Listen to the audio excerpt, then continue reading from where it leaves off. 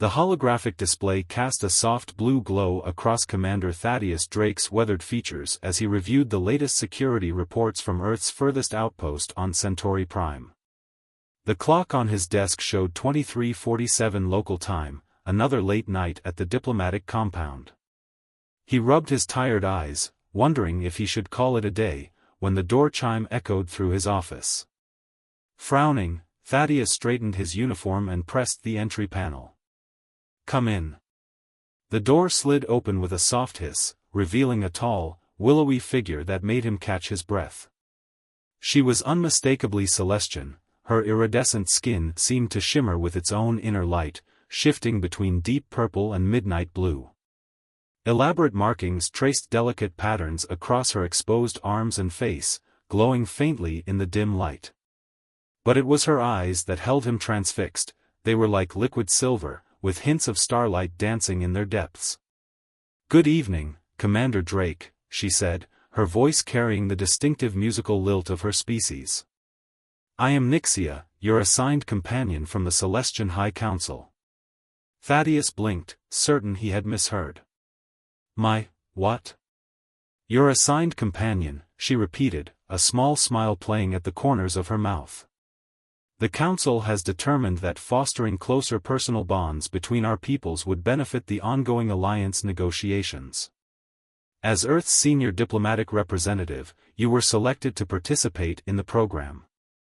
"I wasn't informed of any such program," Thaddeus said carefully, his diplomatic training kicking in. "Perhaps there's been a misunderstanding?" Nixia's luminescent markings pulsed briefly, a sign of amusement he'd learned from his cultural briefings. "The Council often operates in mysterious ways. They believe spontaneity leads to more authentic connections." "That's one way to put it," Thaddeus muttered. He studied her more closely, noting the subtle signs of nervousness behind her composed exterior, the way her fingers twisted together, the slight flutter of her markings. "And what exactly does being an assigned companion entail?" "I am to live here and assist you in understanding Celestian culture while learning about Earth customs in return. The Council hopes this cultural exchange will strengthen diplomatic ties between our peoples." She paused, then added softly, "Though I suspect they may have additional motives they haven't shared with either of us." Thaddeus felt a headache building behind his eyes. This had the potential to become a diplomatic nightmare if handled poorly. And yet, there was something refreshingly direct about Nixia's manner, despite the oblique nature of her assignment. "You're being very frank about this," he observed. "I believe honesty is the best foundation for any relationship, diplomatic or otherwise," she replied. "And I had reservations about this assignment myself. But after reviewing your file, I decided to trust the Council's judgment, at least enough to meet you in person." That startled a laugh out of him. "You reviewed my file?" "I wasn't aware Celestians had access to Earth diplomatic personnel records." Her markings flickered in what might have been embarrassment. "We have our ways. I hope you're not offended." "I probably should be," he admitted. "But I appreciate the honesty. Please, sit down. I have a feeling this is going to be an interesting conversation." As Nixia gracefully took the offered seat, Thaddeus found himself studying the way the office lights played across her shimmering skin. He'd met Celestians before, of course, but never in such an informal setting. There was something almost hypnotic about the subtle patterns that rippled across her surface with each movement. "I should warn you," she said, breaking into his thoughts, "that while the Council presented this as a simple cultural exchange program, I suspect their true motives are more complex." "Political machinations? From the Celestian High Council?" "I'm shocked," Thaddeus said dryly. Nixia's markings pulsed with genuine amusement this time. "You understand our ways better than most humans, Commander Drake." "Thaddeus, please. If you're going to be my assigned companion, we might as well use first names." "Thaddeus," she repeated, the name taking on an almost musical quality in her accent. "You're taking this much better than I expected." He leaned back in his chair, considering his response carefully. Let's just say I've learned to be flexible in my diplomatic posting. Though I have to admit, this is a new one even for me. Do you have quarters arranged? The council has prepared accommodations in the diplomatic wing, she said. Though they suggested it might be more authentic if I stayed closer to my assigned companion. Thaddeus caught the implied meaning and felt his eyebrows rise. That would certainly raise some eyebrows among the Earth diplomatic corps. Are eyebrows being raised a serious diplomatic concern? Nixia asked, her head tilting in genuine curiosity. He couldn't help but laugh. It's an expression. It means people would talk, make assumptions. And would these assumptions cause problems for you? Probably. But I've learned that sometimes the most diplomatic solution isn't always the most obvious one. He made a decision. I have a spare room in my quarters. If you're comfortable with it, you're welcome to stay there, at least until we figure out what the council is really up to. Nixia's markings brightened noticeably. I would like that. And I promise to do my best not to cause any raised eyebrows. As he led her to his quarters, Thaddeus couldn't shake the feeling that his life was about to become significantly more complicated. But watching Nixia's delighted reaction to the Earth-style furnishings in his living room, he found himself thinking that complicated didn't necessarily mean bad. He just hoped the council's true motives wouldn't prove too difficult to handle. 2 weeks into their unexpected living arrangement, Thaddeus found himself growing accustomed to Nixia's presence in ways he hadn't anticipated. Her natural curiosity about human customs led to countless amusing moments, like the morning she discovered coffee and spent 3 hours vibrating with excess energy, her markings pulsing like a disco light show. I still don't understand why humans voluntarily consume stimulants for breakfast, Nixia remarked one morning, watching him sip his daily brew with fascinated horror. Her own cup contained a shimmering Celestian tea that smelled like starlight, if starlight had a scent. Says the person drinking liquid aurora, Thaddeus countered, hiding his smile behind his mug. How exactly do you even cultivate that stuff? We harvest it from the corona of dying stars, she said matter-of-factly, then burst into musical laughter at his expression. I'm joking. It's simply herb-infused water with some bioluminescent properties. Your face, though. Very funny. I'm starting to think the council assigned you to me just to keep me humble. Her markings dimmed slightly, a sign he'd learned to associate with serious thoughts. Actually, I've been meaning to discuss the council with you. There's been talk. Thaddeus set down his coffee, instantly alert. What kind of talk? Some council members are concerned that our living arrangement is too informal. They expected more structured cultural exchange sessions, formal reports, that sort of thing. She traced the rim of her cup with one luminescent finger. They're sending an observer next week. An observer? Thaddeus frowned. That seems excessive for a cultural exchange program. Precisely. Nixia's markings rippled with concern. I don't think this is really about cultural exchange anymore. If it ever was. Before Thaddeus could respond, his comm unit chimed with an urgent message. He pulled up the holographic display, scanning the text quickly. His expression darkened. Well, this is interesting timing. Earth Command just sent orders requesting a full report on our cohabitation experiment, as they're calling it. They seem particularly interested in any physiological data you might be willing to share. Nixia's skin flickered in patterns he hadn't seen before. Alarm, perhaps? They want to study me? Over my dead body, Thaddeus said firmly, surprising himself with the vehemence in his voice. You're not some lab specimen.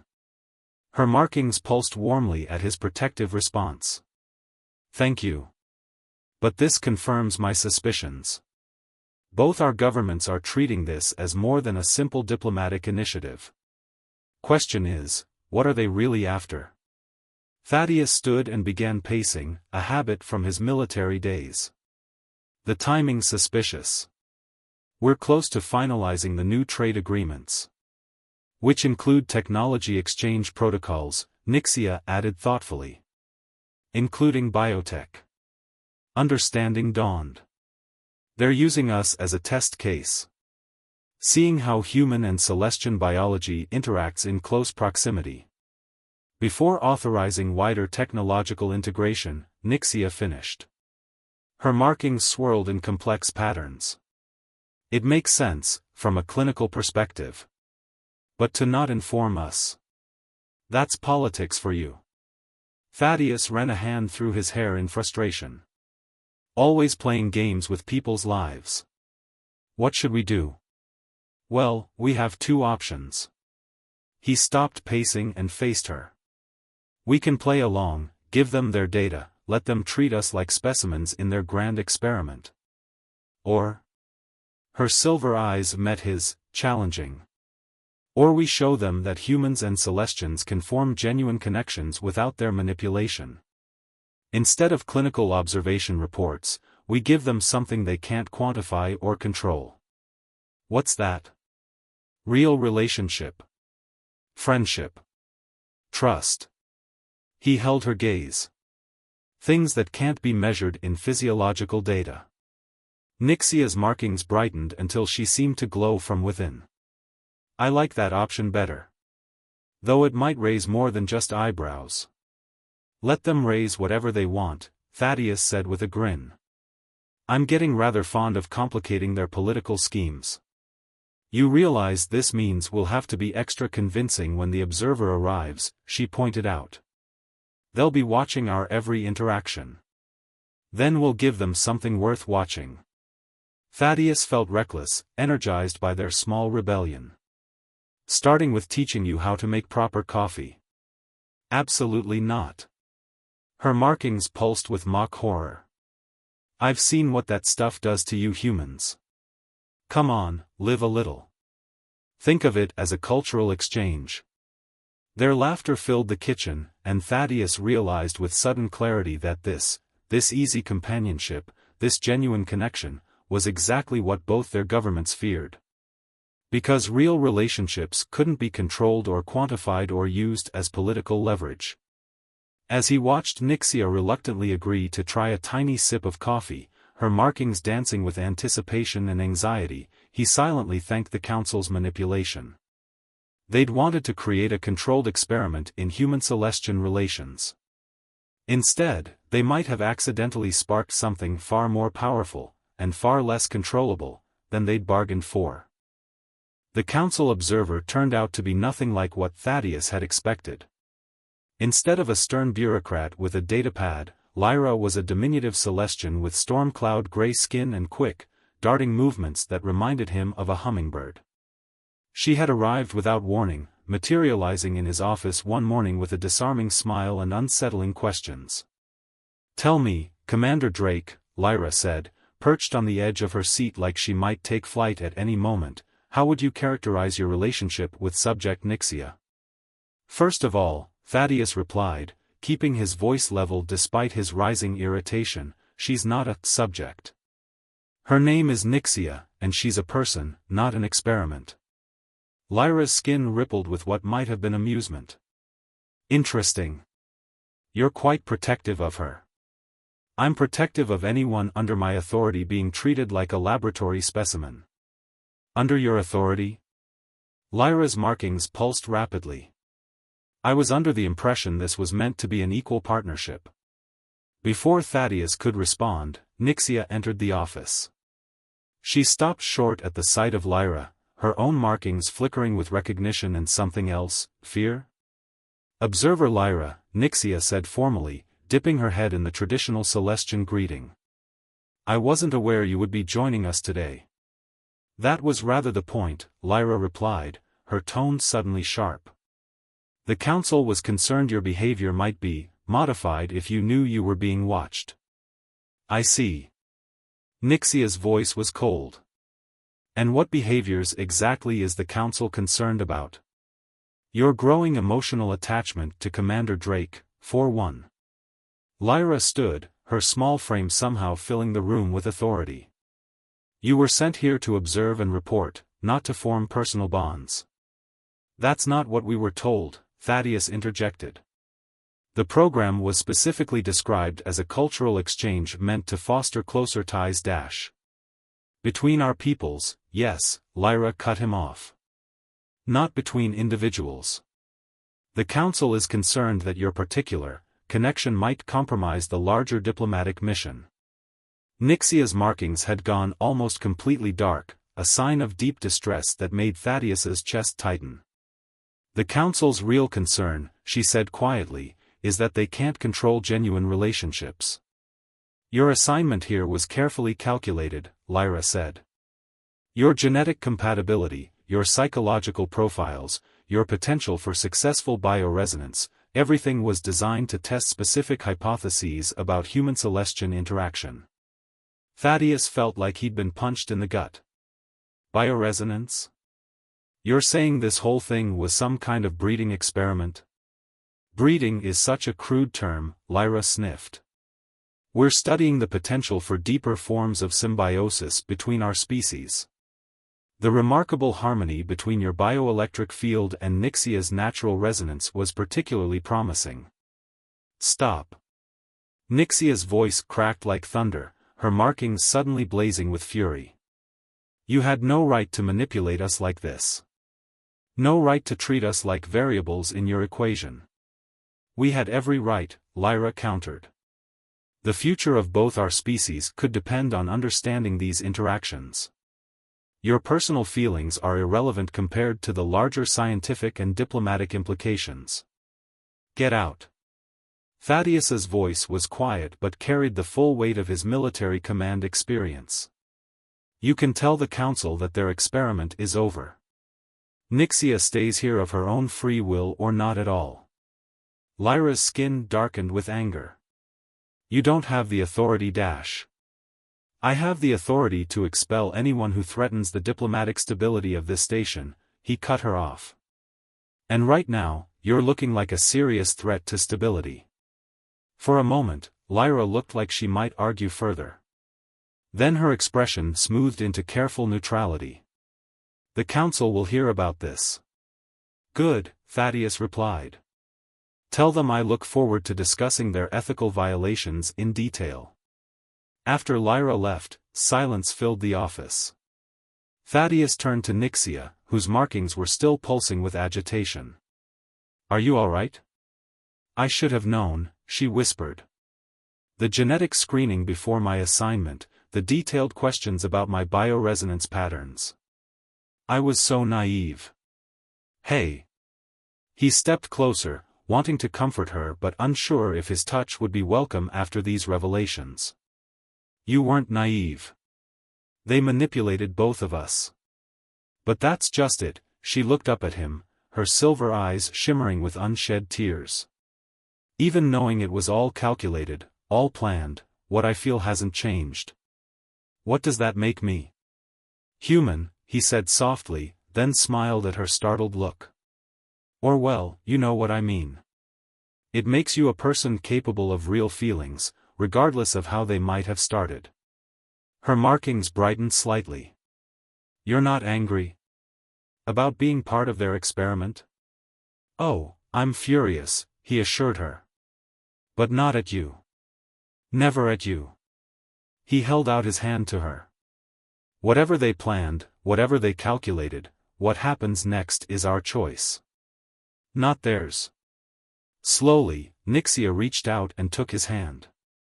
Where their skin touched, a soft glow emanated, the bioresonance Lyra had mentioned. But to Thaddeus, it wasn't a scientific phenomenon to be studied. It was simply another beautiful facet of the remarkable woman before him. So, she said, her voice stronger now, what do we do next? First, we document everything Lyra revealed. Then we prepare for the political storm that's about to hit. And then. He squeezed her hand gently, we show them that true connection can't be engineered in a lab. Her markings pulsed with determination and something else, something warmer. Together? Together. The encrypted message arrived at midnight, its urgency highlighted by multiple priority markers. Thaddeus decrypted it while Nixia watched, her markings pulsing with anxiety in the dim light of his office. "It's from Admiral Kestrel," he said, scanning the contents. His expression grew darker with each line. "Earth Command is recalling me.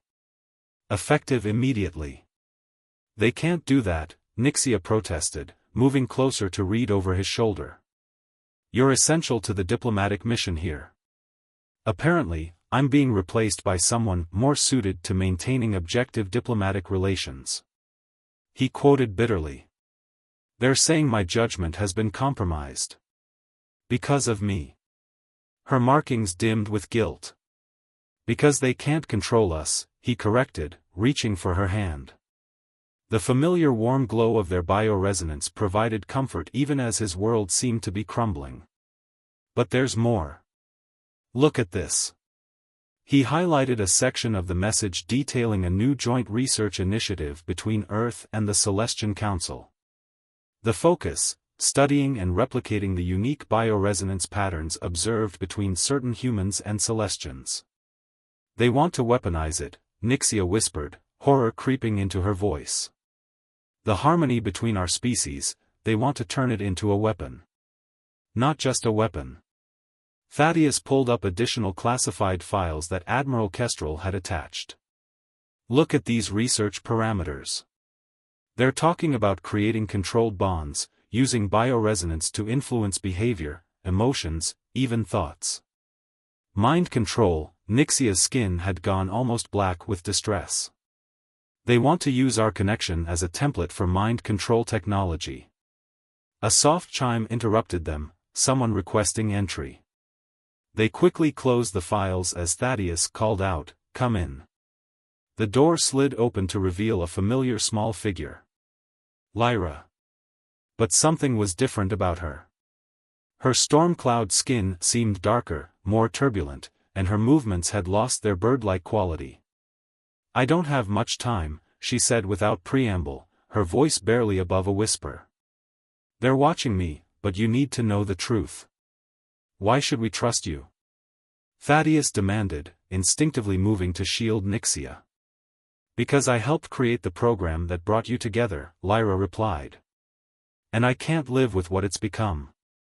Her markings pulsed with a pattern Nixia had never seen before, one that spoke of deep shame and regret. "The bioresonance research, it wasn't supposed to be like this. We thought we were working toward true harmony between our species." "What changed?" Nixia asked softly. "The military got involved, both sides. They saw the potential for something darker." Lyra's voice shook. "Do you know why you two were really chosen? Your compatibility wasn't just genetic or psychological. You both have unusually strong natural resistance to psychic influence." Thaddeus frowned. "What does that have to do with Dash?" "Everything," Lyra cut him off. "The fact that you formed such a strong bond despite this resistance, it suggests the possibility of breaking through any mental defenses. If they can replicate and weaponize that, they could control anyone," Nixia finished, her voice hollow. "Even those normally immune to psychic manipulation." "Exactly." Lyra glanced nervously at the door. "There are others like me, scientists who never wanted this. We've been working in secret, trying to find a way to stop it. But we need your help." "Why us?" "Because your bond is real," Lyra said simply. "Not engineered, not controlled, real. And that terrifies them. It proves that true connection can't be replicated in a lab or weaponized. It has to be freely given." A sudden commotion in the hallway made them all tense. Lyra's markings pulsed with fear. "I have to go. But there's a research facility on Centauri's third moon. That's where they're conducting the experiments. If you can expose what's happening there." "We'll need proof," Thaddeus said. "Hard evidence. Check your terminal." "I just transferred everything I could access." Lyra moved toward the door, then paused. I'm sorry for my part in this. I truly believed we were working toward peace." After she left, Thaddeus and Nixia sat in stunned silence, processing the revelations. Finally, Nixia spoke, her voice determined. "We have to stop them. It'll be dangerous," Thaddeus warned. "If we're caught." "I know." Her markings pulsed with a complex mix of emotions, fear, determination, and something deeper that made his heart race. "But what we've found together, it's worth fighting for. They can't be allowed to corrupt it." Thaddeus pulled up the files Lyra had transferred, already planning their next move. "We'll need help. I have some contacts in Earth intelligence who might be sympathetic. And we'll need a way to get to that moon facility without being detected." "I might be able to help with that," Nixia said, her markings brightening slightly. "There are some Celestian traditions that aren't in any official records. Including ways of traveling that your sensors can't detect." He looked at her with new appreciation. "You've been holding out on me." "A girl has to keep some mysteries," she teased, then grew serious. "Thaddeus, whatever happens, I want you to know that what's between us, it's real. They may have engineered our meeting, but everything since then has been our choice." "I know," he said softly, reaching out to trace the glowing patterns on her arm. "And we're about to make another choice. Together." Her markings pulsed with warmth as she leaned into his touch. Together. Outside the office window, the stars seemed to shine more brightly, as if aware of the momentous decision being made. Soon, they would risk everything to expose the truth and protect what they'd found together. But for now, they simply sat in comfortable silence, drawing strength from each other's presence and the genuine bond that no laboratory could ever replicate. The Centauri moon facility loomed before them, its pristine white exterior belying the dark experiments within. Thaddeus and Nixia crouched behind a ridge of lunar rock, their environmental suits modified with Celestian technology to mask their biosignatures. "Security looks heavier than we expected," Thaddeus whispered through their private comm channel. "At least 3 patrol patterns I can identify." "There will be more we can't see," Nixia replied, her markings visible even through her suit's transparent faceplate. "Celestian security systems operate on frequencies most human sensors can't detect. Good thing we're not relying on human sensors then." He nodded toward the small device she held, a gift from their growing network of allies. The past week had revealed surprising pockets of resistance within both Earth Command and the Celestian Council, people unwilling to let their governments weaponize something as fundamental as emotional connection. Nixia's markings pulsed in a pattern he now recognized as determination. "Ready? Lead the way." Using ancient Celestian techniques that weren't in any official database, Nixia guided them through gaps in the security grid that shouldn't have existed. Their bioresonance, usually a gentle glow between them, had been amplified by specialized crystals to create a field that confused the facility's sensors. They reached the main laboratory without detection. Inside, rows of isolation chambers lined the walls, each containing pairs of humans and Celestians, their bioresonance patterns being forcibly manipulated and measured. "This is barbaric," Nixia breathed, her markings dark with horror. Thaddeus was already accessing a terminal, uploading the virus their allies had provided. "For minutes until the data breach goes public. Every news outlet in both systems will receive proof of what's happening here. Security teams approaching from sectors 3 and 5, Nixia warned, monitoring their sensor device. "We need to dash." The facility's lights suddenly flared red as alarms began blaring. A familiar voice came over the speakers, "I'm disappointed, Commander Drake." Though not entirely surprised. "Admiral Kestrel. I had such hopes for you," the Admiral continued as security forces converged on their position. "You could have been part of something revolutionary. Instead, you choose to throw it all away for, what? Some alien female?" "For the right to choose our own path," Thaddeus replied, knowing the Admiral could hear him. For the freedom to form genuine connections without manipulation or control. How charmingly naive. The Admiral's voice dripped with condescension. Genuine connections are a luxury we can't afford in this galaxy. Control is everything. You're wrong, Nixia's voice rang out clear and strong. What Thaddeus and I share proves you're wrong. You can't engineer real love. You can't weaponize true understanding. All you've done is corrupt something beautiful into something terrible. Security forces burst through the doors, weapons raised. But before they could fire, the facility's lights flickered and died, plunging everything into darkness. When emergency power kicked in seconds later, chaos erupted. The isolation chambers had opened, releasing their prisoners. The facility's own security systems turned against the guards, responding to commands in ancient Celestian code that shouldn't have existed in their databases. Did you really think I came alone? Lyra's voice replaced the Admiral's over the speakers. That there weren't others who would stand against this perversion of science? Through the chaos, Thaddeus grabbed Nixia's hand, their bioresonance blazing brightly enough to illuminate the darkness. Together, they ran, not away from the facility, but deeper in, following the path Lyra had laid out for them.